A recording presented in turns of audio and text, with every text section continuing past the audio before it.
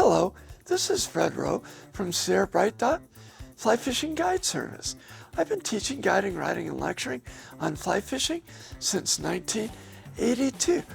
Well, let's get to this week's fly fishing report for August 23rd to the 29th. Well, let's start off with a little report from the East Walker River where they had a fish die off. What caused it? Well, there's huge plant life up on Bridgeport Reservoir from this year's warm weather. Tons of plants growing there. Guess what? They died off. When they died off, they sucked up all the oxygen out of the water. Well, all that sucked out oxygen water went down the East Walker and killed a bunch of the fish. It will be to determine how bad a fish kill it was, but for now, I'd highly recommend not fishing up there. Let's give it a little time to figure out exactly how severe this fish kill off really was. Okay, let's talk about something good. Let's talk about the Upper Owens River. Well, it's been getting pounded really hard by all us fly fishers. Everybody talking about it, telling you how good it's been, and it has been good. But because it is getting pressured, be careful how you approach the water. You just walk up, right up to the bank, make a cast, plop the flies or the indicator on the water, you're gonna spook fish. So you just gotta be careful how you approach it, and then you're gonna catch fish. What are we fishing with? Well, we're fishing with everything still. Dry flies, we're using El Carcatus Adams parachutes, and we're catching fish on the surface. Under the surface, we're using SOS nymphs, we're using beadhead flashback pheasant tails, and beadhead flashback gold-ribbed hare's ears, and we're using those in size 16s. And then we're throwing streamers. What are we throwing for those? Size 6 or size 10, and we're using olive or black, matukas, or woolly buggers. Okay, let's go over to Hawk Creek. Got to get there early. 8 o'clock might be a little too early.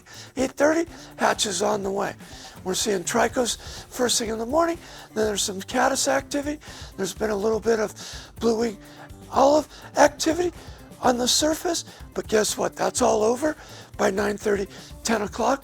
And then you got to work hard, get fish to come up to the surface, particularly in the canyon, because there's so many weeds. Easiest way to fish in there is on the surface. So what are we fishing in there later in the day? Well, I'm fishing with hopper imitations, and we're using Chernobyl ants in a size 10 or a 12. Okay, let's talk about Crawley Lake. Had a chance to fish for perch in there. That's still doing great, but we're trolling for those, so not fly fishing, but I had fun doing that.